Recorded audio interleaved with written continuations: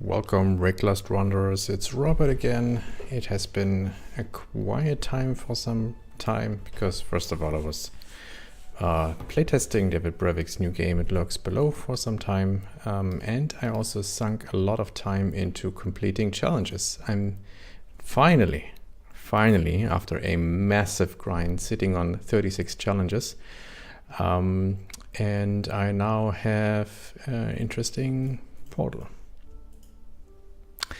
What made me do this is basically after I killed the Shaper, I had 3 fragments for Uber-Atziri, and I only needed the Mortal Hope, so I bought that and gave Uber-Atziri a try, which I did with 1 death only. I misstepped into one of her yellow flame blasts, one of her yellow storm calls, and died.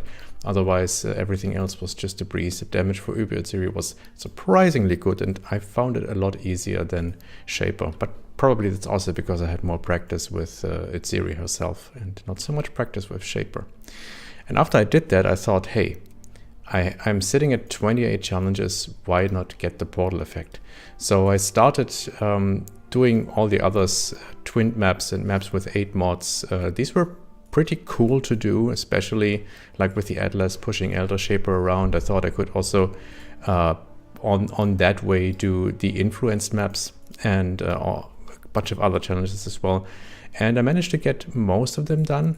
There's only 2 challenges that I had to buy from Global 820. One of them was the Halls of Delirium, because I just never found them, ever, although I did like all the Guardians that I could find. And the other one was the Sextant mod, Unique Monsters Drop Corrupted Items. I sunk 120 Sextants into my Atlas. I had a fully blocked setup at the top left, and I was basically always like running it between Atoll, Vault, and Gorge. And with 120 Sextants, I never got that mod. So there's that. And then, yeah, the last one. So I was undecided if I would go for complete influence maps, because there's not so many left, like 30 Shaper maps, but then 150 Elder maps. I wasn't quite sure if I could complete that in the remaining time, which is basically just a few more hours, since from tomorrow I'm going on vacation for a week, and when I come back the league is over. So I really had only this last day. So I thought let's instead do this one here. Since I had the Cartographer's Strongbox, the Exiles, and the Echoing Shrine done, I only had to open like 60-ish clasped hands. So I depleted my entire Chaos pool. I was like sitting at like 600 Chaos, and I run like all the maps with open layouts. I ran like graveyards, I ran gorges, I ran the atolls, I ran tropical islands, shores, fields, sieges, whatever I could. I ran with Fortune Favors the Brave, since I don't have Zana 8. And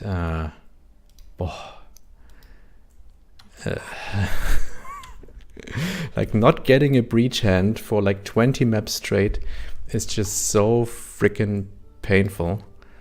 Oh boy. And then once you finally get one after those 20 maps, and then it's an Ash breach with Ash spawning herself, and you only get like 1 clasped hand in that breach. Fun.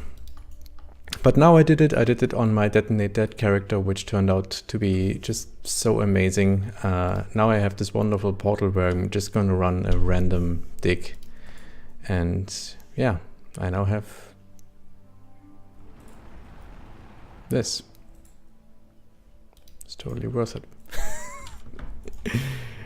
When it comes to the character, after I defeated Shaper, I did a few modifications. First of all, my Empower leveled up to level 3, and I finally, after leveling 3 unearths, I corrupted 1 to 2120. So this is actually now a level 23 unearth, giving me 83 corpses.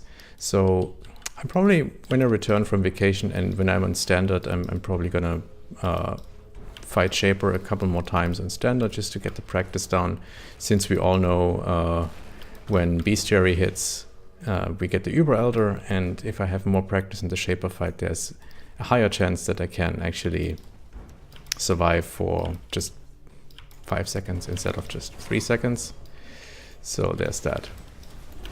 And other corruptions that I tried to get, of course, was my Detonate Dead. I leveled 6 Detonate Deads to 2020, corrupted all of them. This is the best I could get at 2021. I wanted a 2120, but it just didn't want to happen. So that's kind of shitty. I guess that would be the ultimate goal, to get a 21 DD and then push the damage even higher for Shaper, and obviously also get a level 4 Empower, which I'm leveling 1 right here. It's halfway through level 3, but with only today left. This map's killing it. I'm just not gonna bother with even more. Well, weapon swap. Like I said, this is gonna get me killed someday. Yeah, I'm really undecided what to play when Bestiary hits. After they buffed Chieftain even more, I'm almost inclined playing this character again. Now that I know what to look for, I'm pretty sure I can get him to be Shaper viable a lot earlier, since I don't have to experiment so much, and I can just straight going into leveling Empowers and leveling DDs and leveling Unearths and then corrupting them.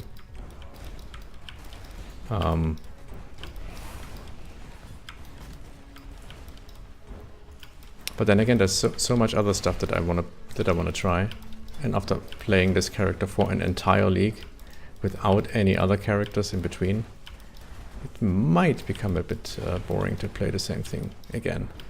But if there's someone else out there who wants to try it, you should totally give it a go.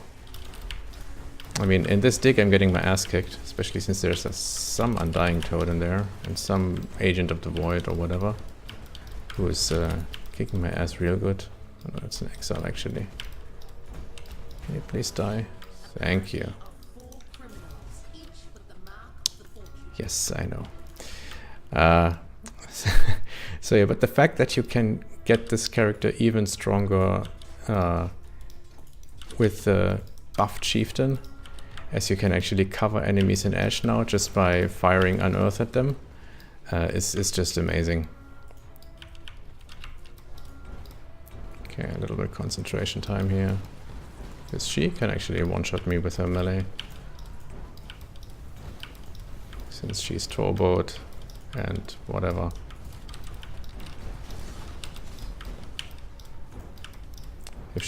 If she hit me, which of course she doesn't, because she sucks. Oh, come on, really? There you go. So yeah, that's my take on that. I'm glad I got those 36 challenges done. I'm glad I have a new Portal MTX, and I hope to see you all in Bestiary. My name's Robert, and have a good one.